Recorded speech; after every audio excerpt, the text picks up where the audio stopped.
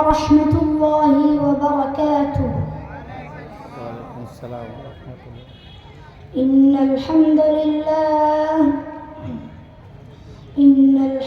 لله نحمده ونستعينه ونستغفره ونؤمن به ونتوكل عليه ونعوذ بالله من شرور أنفسنا ومن سيئات أعمالنا. من يهده الله فلا مضل له ومن يضلل فلا هادي له فلن تجد له وليا مرشدا. ونشهد أن لا إله إلا الله وحده لا شريك له الذي لا ند له ولا ند له لا مثل له ولا مثيل له لا وزير له ولا كفيل له لا شبه له ولا شبيه له لا ولد له ولا والد له وهو الواحد الفرد الصمد لم يلد ولم يولد ولم يكن له كفوا أحد. ونشهد أن سيدنا وحبيبنا وبشيرنا ونذيرنا وطبيبنا وطبيب أرواحنا وحبيبنا وحبيب ربنا محمدا عبد الله ورسوله أرسله بالحق بشيرا ونذيرا وداعيا إلى الله بإذنه وسراجا منيرا. أما بعد فقد قال الله تعالى في كلامه المجيد وفي فرقانه الحميد. أعوذ بالله من الشيطان الرجيم. بسم الله الرحمن الرحيم. إن الله وملائكته يصلون على النبي يا أيها الذين آمنوا صلوا عليه وسلموا تسليما. اللهم صل على سيدنا مولانا محمد وعلى آل سيدنا مولانا محمد.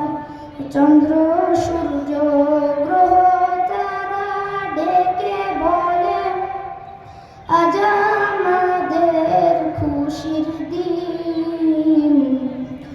এই নবেতে তশরিফ আনলেন রাহমাতাল লিল আলামিন। আল্লাহুম্মা সাল্লি আলা سيدنا مولانا محمد وعلى آل سيدنا مولانا محمد. মন আমার কাদরে দিল আমার কাদরে যেতে সোনার মদিনা।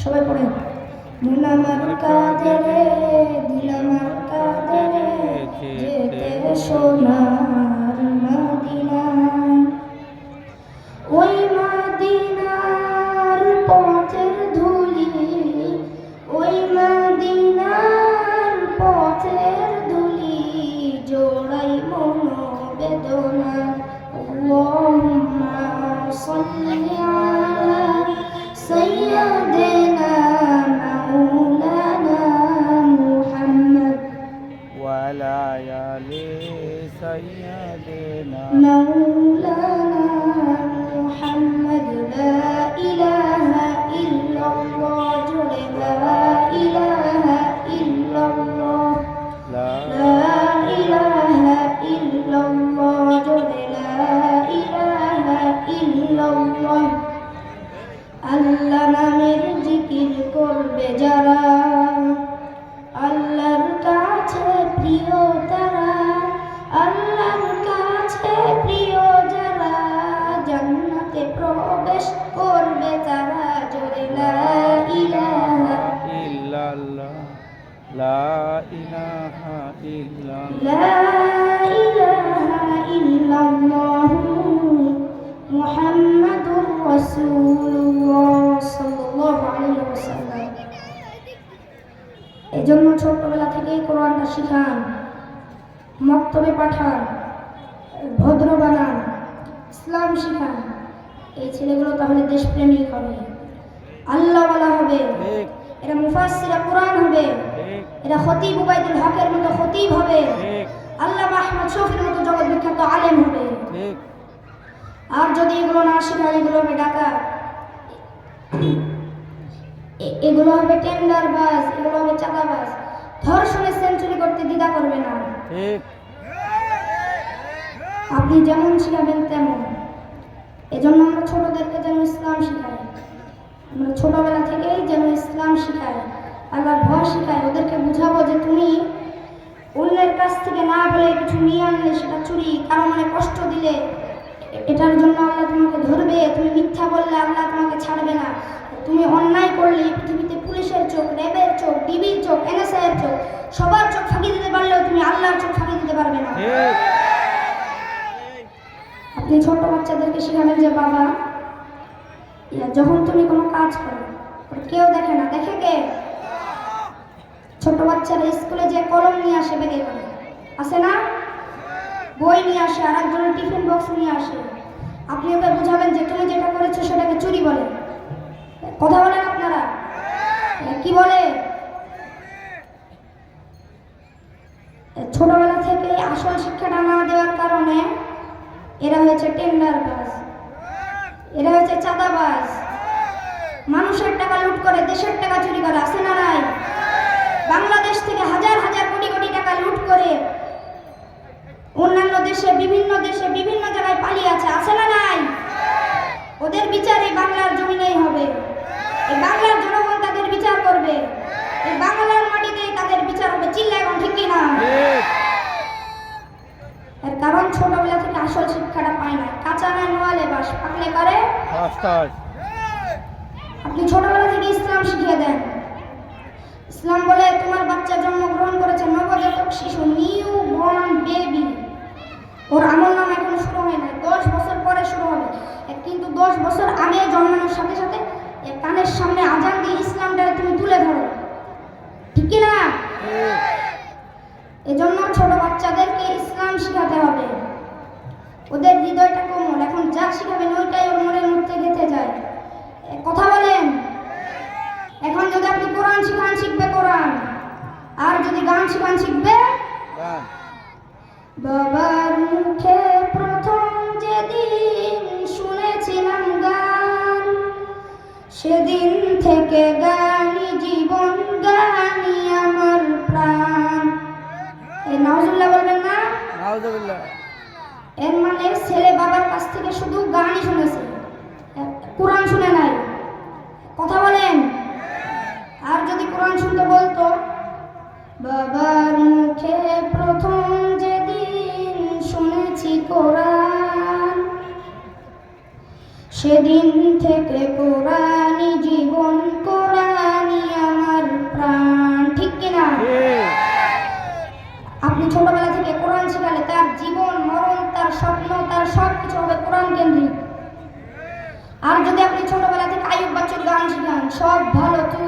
বাসিস নে, একটু ভালোবাসতে দিস মরে। ওটা তাহলে 1 বছর মতো গিটার বাজাবে, কথা বলেন। ঠিক। এখন দ্য ডিসিশন ইজ ইয়োর, সিদ্ধান্ত আপনার। আপনার ছেলে মেয়েদেরকে আপনি কিভাবে বড় করতে চান, ঠিক কিনা? হযরত লুকমান হাকিম আলাইহিস সালাম সন্তানকে উপদেশ দিলেন, লা তুশরিক বিল্লাহ ইন্নাশ শিরকা লাযুলমুন আযীম। খবরদার বাবা, শিরক করো না, শিরক বড় অপরাধ। 1 নম্বর উপদেশ দিলেন। 2 নম্বর উপদেশ দিলেন, ইয়া বুনাইয়া ইন্নাহা ইন তাকু মিসকালা হাববাতিন মিন খারদালিন ফাতাকুন ফি সখরাতিন আও ফিস সামাওয়াতি আও ফিল আরদি ইয়াতি বিহাল্লাহ ইন্নাল্লাহা লাতীফুন খাবীর। আল্লাহু আকবার। 1 নম্বর উপদেশ দিলেন, বাবা শিরক করিস না, শিরক বড় পাপ, সব পাপের বাপ। ক্যান্সারের অ্যান্সার আছে কিন্তু শিরকের কোনো অ্যান্সার নাই। এরপরে 2 নম্বর উপদেশ দিলেন, বাবা ছোট্ট কোনো ভালো কাজ কিংবা মন্দ কাজ যদি করো, পাহাড়ে ঢুকেও যদি করো, আকাশে উঠেও যদি করো, জমিনের গর্তের মধ্যেও যদি করো, কেউ দেখে না, দেখে কে? আল্লাহ। কেউ যেটা দেখে না, দেখে কে? আল্লাহ। কেউ যেটা শোনে না, শোনে কে? আল্লাহ। কেউ যেটা বুঝে না, সেটা বুঝে কে? আল্লাহ। আপনি দরজা বন্ধ করে লাইট অফ করে রাতের বেলা পাপ করলেন, কেউ দেখে নাই, দেখে কে? আল্লাহ। আল্লাহ লতীফুন খবীর, সূক্ষ্মদর্শী। আল্লাহ থাকেন অনেক উপরে, 7 আকাশ, সিদরাতুল মুনতাহা, বাইতুল মামুর, লাওহে মাহফুজ, তারপর আল্লাহর আরশ, তারপর কুরসি, তার উপরে আল্লাহর 70,000 নূরের পর্দা। সেখান থেকে আল্লাহ সপ্তম জমিনের নিচেও যদি আমাবস্যার রাতে কোনো পিঁপড়া পিপিলিকা নীরবে নিঃশব্দে হেঁটে যায়, এত উপর থেকে আল্লাহ ওই পিঁপড়ার আওয়াজ শুনতে পান, ঠিক কিনা? ঠিক। আল্লাহ লতীফুন খবীর। এর মানে 2 নম্বর উপদেশ দিলেন, বাবা ওই আল্লাহ শিরক করো না, যে আল্লাহ এত ক্ষমতাশীল, তুমি যেখানে যেটা করো কিয়ামতের দিন তোমার সামনে তুলে ধরবে কে? আল্লাহ। এটাকে বলা হয় সেন্স অফ অ্যাকাউন্টেবিলিটি, জবাবদিহিতার চিন্তা। এই সফটওয়্যার, তাকওয়া নামক সফটওয়্যার যদি ছেলের ব্রেনে ইনস্টল করে দেন, এই ছেলে কোনোদিন বিয়াদব হবে না, ঠিক। এই ছেলে বেনামাজি হবে না, এই ছেলে বেরোজগার হবে না, এই ছেলে ডাকাত হবে না। চিল্লায় বল, ঠিক কিনা? ঠিক। আদর দিয়ে আপনি বুঝাই দেন, বাবা তুমি স্কুলে যাও, ওখানে তোমার বন্ধুর পেন্সিলটা চুরি করে নিয়ে এনো না, বন্ধুর রাবার চুরি করো না, বন্ধুর কলম চুরি করো না। অনেক ছোট্ট বাচ্চার মধ্যে এটা আছে। আপনি শিখাই দেন আর একজনের জিনিস নেওয়া যাবে না, না বলে নেওয়াকে চুরি বলে। ও বাবা তুমি রাস্তা দিয়ে হেঁটে যাও, আম গাছে আম পেকেছে, রাস্তায় কেউ নাই, টুক করে একটা আম পেড়ে ব্যাগের ভিতরে ভরেছ, কেউ দেখে নাই, দেখেছে কে? আল্লাহ। এটার বিচার কিয়ামতের দিন আছে না নাই? আছে। ওই ছোট্টবেলা থেকে তাকওয়া নামক সফটওয়্যার ছেলের ব্রেন ইনস্টল করে দেওয়ার দরকার আছে না নাই? আছে। এরপর 3 নম্বর উপদেশ দিলেন, ইয়া বুনাইয়া আকিমিস সালাতা ওয়া আমুর বিল মা'রুফি ওয়ানহা আনিল মুনকার। ইয়া বুনাইয়া, ও আমার ছেলে, আকিমিস সালাত মানে কি? সালাত কায়েম করো। সালাত কায়েম করো, সালাত কায়েম করো, হবে সম্মানী তুমি, হবে জান্নাতি তুমি, হবে জান্নাতি তুমি, হবে সম্মানী তুমি, দিবে কাল হাসরে শীতল ছায়া আরশে আজিম। রব্বিয়াল আলা, রব্বিয়াল আযীম, রব্বিয়াল আলা, রব্বিয়াল আযীম। আল্লাহু আকবার। আল্লাহু আকবার। উপদেশ দিলেন, প্রথমে বললেন শিরক করো না, 2 নম্বরে বললেন আল্লাহ এত ক্ষমতাশীল, যাই করো না কেন আল্লাহ দেখে। 3 নম্বরে বললেন ওই আল্লাহর প্রথম আদেশ হলো নামাজ। এর প্রথম আদেশ কি? নামাজ। আউয়ালু মা ইউহাসাবু বিহিল আবদু ইয়াউমাল কিয়ামাতিস সালাহ। আল্লাহ পাক কিয়ামতের দিন সর্বপ্রথম যেটা হিসাব চাইবেন সেটা হলো কি? নামাজ। এই নামাজের হিসাব যদি সহজ হয়, সব সহজ করবে কে? আল্লাহ। আর যদি নামাজের হিসাব কঠিন হয় তো কঠিন করবে কে? আল্লাহ। এজন্য বিশ্বনবী বললেন, মুরু সিবিয়ানাকুম বিস-সালাতি হুম 7 সিনিন। ছেলের বয়স যখন 7 বছর নামাজের আদেশ দাও, আর ছেলের বয়স 10 বছর হলে নামাজের জন্য শাসন করো, ঠিক কি না? ঠিক। 7 বছরে আদেশ করবেন, সাথে সাথে নিয়ে যাবেন। 10 বছরে নামাজ না পড়লে শাসন করবেন, চোখ গরম করবেন, রক্ত চক্ষু দেখাবেন, প্রয়োজনে পিটাবেন, তারপরও না 7 বছর বয়স থেকে আপনি নামাজের কথা বললে 10 বছরের ছেলে এমনি পাক্কা নামাজি। ঠিক কথা বলেন। ঠিক আর যদি 40 বছর বয়স হুজুরের কাছে আসেন পানি পড়ার জন্য, কি পারা যাবে? না পারা যাবে? পারা যাবে না অনেকে বলে হুজুর সকালবেলায় ডাকি না, আমার ছেলে ঘুমায়, সকালবেলায় ডাকি না। তো সকালবেলায় ভূমিকম্প হইলে আপনি কি করবেন? কথা বলেন না কে? রাখবো সকালবেলায় যদি ঘরে আগুন লাগে তো ওই দিন কি করবেন? রাখবো না, ডাকার দরকার কি, ছেলেটা ঘুমায় না, ঘুমা। আগুন লাগছে তো কি হয়েছে, পুড়ে মরুক, তারপরে ঘুমা। কি এরকম করবেন? না এই দুনিয়ার আগুনের জন্য, এই দুনিয়ার আগুন থেকে বাঁচাতে হলে ছেলেকে যদি ডাকতে হয়, জাহান্নামের আগুন থেকে বাঁচানোর জন্য ছেলেকে ডাকার দরকার আছে না নাই? আছে এজন্য দিন শুরু হবে ফজরের নামাজ দিয়ে। কোন নামাজ দিয়ে? ফজরের নামাজ দে এখানে বাবা যারা এসেছেন ছেলেদেরকে নামাজের দাওয়াত দিবেন। এরপরে আল্লাহ 4 নম্বরে বললেন ওয়া'মুর বিল মা'রুফ, ভালো কাজের আদেশ দাও। 5 নম্বরে বললেন ওয়ানহা আনিল মুনকার, খারাপ কাজের নিষেধ করো। ভালো কাজের আদেশ, খারাপ কাজের নিষেধ, এগুলো করো। কুনতুম খায়রা উম্মাতিন উখরিজাত লিন-নাসি তা'মুরুনা বিল মা'রুফি ওয়া তানহাউনা আনিল মুনকার।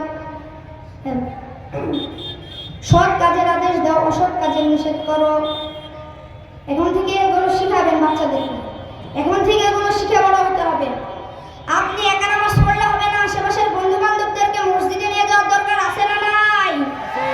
একা পাপ থেকে বাঁচলে হবে না, সমাজটারও পাপ থেকে বাঁচানোর দরকার আছে না নাই? ঠিক আপনি যদি বলেন আমি তো নামাজ পড়ি, এরা না পড়লে আমার কি, আমি পাপ করি না, আমি ওদেরকে বাধা দিব না, আমার কি, আযাব আর গজব আসলে আপনিও বাঁচবেন না, আপনি সবার আগে ভুগবেন, ঠিক কি না? ঠিক লঞ্চের উপরের তলায় কিছু ভালো মানুষ ঘুমায়, লঞ্চের নিচের তলায় কিছু লোক লঞ্চের তলা ছিদ্র করতে আরম্ভ করেছে।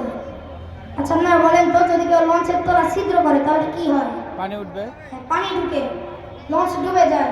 হ্যাঁ, ঠিক এখন যদি উপরের তলার লোকেরা ভাবে আমরা তো আরামেই আছি, আমাদের ওদের ঠেকানোর দরকার নাই, লঞ্চ থাকবে না, যাবে যাবে এজন্য যারা উপরের তলায় ঘুমায় ওদের দায়িত্ব যারা নিচের তলায় ছিদ্র করে এদেরকে বাধা দিয়া, ঠিক কি না? ঠিক আর যদি বাধা না দেয়, যেমনি নিচের তলার লোকেরা সেই উপরের তলার লোকেরাও শেষ নামাজিরা, আপনারা যদি আশেপাশের লোকেদেরকে নামাজের দাওয়াত না দেন, ভূমিকম্প আসলে শুধু ওই জালেমরা মরবেন, আপনারা আলেমরাও মরবেন, কোন ঠিক কিনা? ঠিক জালেমও মরবে, আলেমও মরবে। এজন্য আল্লাহ বলেন ওয়াত্তাকু ফিতনাতাল লা তুসিবান্নাল্লাযীনা যালামু মিনকুম খাসসা। আল্লাহু আকবার। ওই আযাবকে ভয় করো যে আযাব যখন আসে শুধু জালেমের উপরে আসে না, আলেমের উপরেও আসে, কোন ঠিক কিনা? ঠিক হযরত মুসা আলাইহিস সালাম আল্লাহরে বলেন আল্লাহ, এলাকায় যখন তুমি ভূমিকম্প দাও, আযাব দাও, শুধু জালেমদেরকে মারো না কেন, আলেমদেরকেও মারো কেন? শুধু পাপীদেরকে মারো না কেন, ভালো মানুষদেরকেও মারো কেন? আচ্ছা বাংলাদেশে যখন বন্যা হয় শুধু হিন্দুরা মরে, না শুধু কাফেররা মরে? না মুসলমান আল্লাহর ওলিরাও তো মরে, যেরকম ঠিক কিনা? ঠিক সাইয়েদনা মুসা আলাইহিস সালাম বললেন আল্লাহ, আযাব আর গজব দিলে শুধু খারাপ মানুষদেরকে মারো না কেন, ভালো মানুষদেরকেও মারো কেন? আল্লাহ বলেন প্রশ্নের উত্তর আমি দিব না, তুমি নিজে পেয়ে যাবা। হযরত মুসা আলাইহিস সালাম হাঁটতে শুরু করলেন, শুনতেছেন? ঠিক ঘুম আসতেছে, হাঁটতে হাঁটতে বিশ্রামের জন্য একটা গাছের নিচে বসলেন।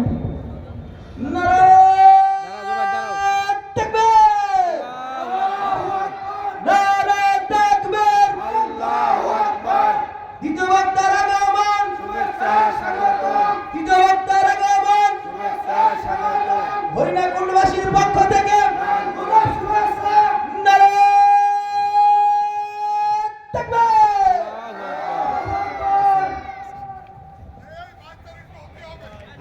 হ্যাঁ হ্যাঁ জুবাই শুরু করো। হ্যাঁ হ্যাঁ শেষ হয়ে যাবে হ্যাঁ।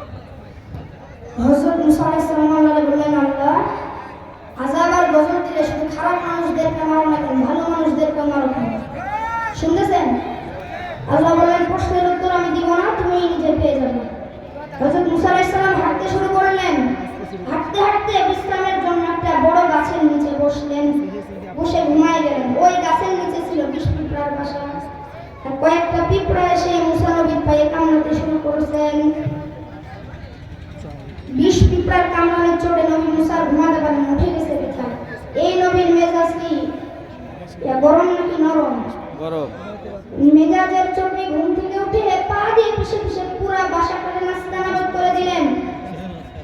পুরা পিঁপড়ার বাসা সে সবগুলা পিঁপড়া পা দিয়ে পিষে পিষে মারলেন।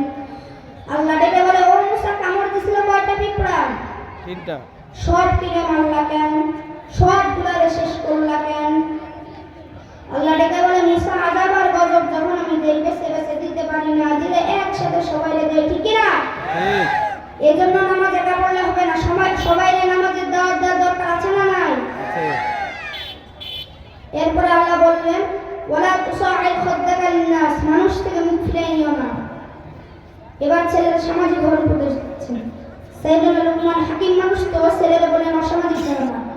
কিছু লোক আছে সারা বছর গোমরা মুখ করে রাখে, একটু হাসি দেয় না, আছে না নাই? বাংলা পাঁচের মতো এরকম বলে রাখে। তো বিশ্বনবী কারণে দেখলে আগে হাসি দিতেন, আগে আগে মানুষের সাথে মিশতেন, সালাম দিতেন আর হাত বাড়িয়ে মুসাফা করতেন। সুবহানাল্লাহ। সুবহানাল্লাহ। ছেলেদের বললেন, মানুষের দিক থেকে মুখ ফিরিয়ে নিও না, মানুষের সাথে মিলামেশা করো। এরপরে বললেন, ওয়ালা তামশি ফিল আরদি মারওয়াহা।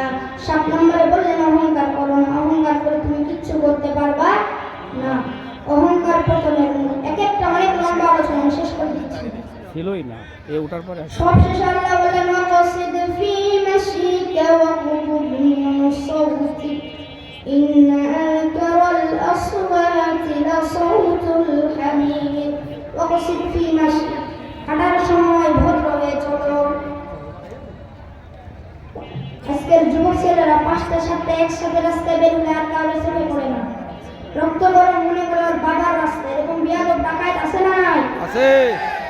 আজকে মুরব্বী যারা, এরাও তোমাদের মতো একদিন গরম রক্তওয়ালা ছিল, তারা যুবক ছিল, ওনারা রাস্তায় দৌড় দিলে লোকজন তাকিয়ে থাকতো, ঠিক কিনা?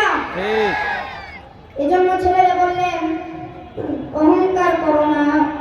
এরপরে বললেন, ওয়াগযুদ মিন সাওতিক, উচ্চ বাচ্চ করো না। অনেকে আছে বড় গলায় কথা বলে, উচ্চ গলায় কথা বলে, ওইখান থেকে বলতেছে এইখান থেকে শোনা যায়, আছে না নাই? আছে। লুকমান ছেলেদের স্বাধীনতা শিখালেন। এসব শিখাতে হবে তো ছেলেদের। মুরগির পেট থেকে বের হলে মুরগির বাচ্চা, ছাগলের পেট থেকে বের হলে ছাগলের বাচ্চা, কিন্তু মানুষের পেট থেকে বের হলে ওটা মানুষের বাচ্চা না, মানুষ না, ওটাকে মানুষ বানাইতে হয়, ঠিক কিনা? ঠিক। এই জন্য বাবা ছেলেরা শিখাবেন, ভদ্র হয়ে রাস্তায় হাঁটো, ওয়াগযুদ মিন সাওত, মুলায়ম ভাষায় কথা বলো। ইন্না আনকারাল আসওয়াতি লাসাউতুল হামির, যারা বড় গলায় কথা বলে আল্লাহ তাদের গলাকে গাধার গলার সাথে তুলনা করেছে। এখানে যত বাবা এসেছেন ছেলেদেরকে উপদেশগুলো দিতে রাজি আছেন তো? ছেলেদেরকে কোরআন শিখাবেন না গান শিখাবেন? না, গান শিখাবেন। কোরআন শিখাবেন তো? মনে থাকবে, মনে থাকবে। শিরকের ব্যাপারে সচেতন করবেন, সালাতের ব্যাপারে আদেশ করবেন, আল্লাহর পরিচয়টা সবার আগে দিয়ে দিবেন। ভালো কাজের আদেশ যেন দেয়, নিজেও বলে অন্যরাও বলে, অন্যায় দেখলে যেন বাধা দেয়, শিখাই দিবেন। মানুষের সাথে মেলামেশা করে ছেলে যেন সামাজিক হয়, অসামাজিক যেন না হয়। ভদ্র আচরণ করে, মোলায়েম ভাষায় কথা বলে, মুরব্বীদের সালাম দেয়। এই 10টা আইন আর উপদেশ মালা যদি কোনো ছেলে মেনে চলে, ওই ছেলেটারে ওলিদের শিরোমণি বানিয়ে দিবে কে? এখানে বাবা যারা এসেছেন ছেলেদেরকে উপদেশগুলো দিবেন তো? এই সুশিক্ষা ছেলে মেয়েদেরকে শেখানোর দরকার আছে না নাই? আমরা যেন আমাদের ছেলে মেয়েদেরকে কোরআনের শিক্ষায় গড়ে তুলি, আমরা যেন বিশ্বনবীর সুন্নাহগুলো আমাদের পরিবারে বাস্তবায়ন করতে পারি। আল্লাহ তুমি তৌফিক দাও আমার বলি আমিন। আমিন। আমি যতটুকু কথা বলেছি কোরআন সুন্নাহর আলোকে বলেছি, বানিয়ে কিছু বলি না। এরপরেও আমার মনের অজান্তে যদি কোনো মিস ইনফরমেশন আমার মুখ থেকে বের হয়ে যায়, আল্লাহ যেন আমাদের স্মৃতিপট থেকে সেগুলো মুছে দেয়, আমরা বলি আমিন। আমিন। সত্য, সুন্দর, কল্যাণকর, হকের পক্ষে যা কিছু বললাম সব তুমি আল্লাহ যেন আমাকে এবং আপনাদের সবাইকে আমল করার তৌফিক দান করেন, আমরা সবাই বলি আমিন। আমিন। সবাই ভালো থাকবেন, সুস্থ থাকবেন, কোরআনের কারিমের সাথে থাকবেন। আবার হয়তো দেখা হয়ে যাবে কোনো একটা তাফসীরুল কোরআনের ময়দানে। আপনারা সবাই আমার জন্য দোয়া করবেন। আসসালামু আলাইকুম ওয়া রাহমাতুল্লাহি ওয়া বারাকাতুহু। ওয়া আলাইকুম আসসালাম। আলহামদুলিল্লাহ আজকের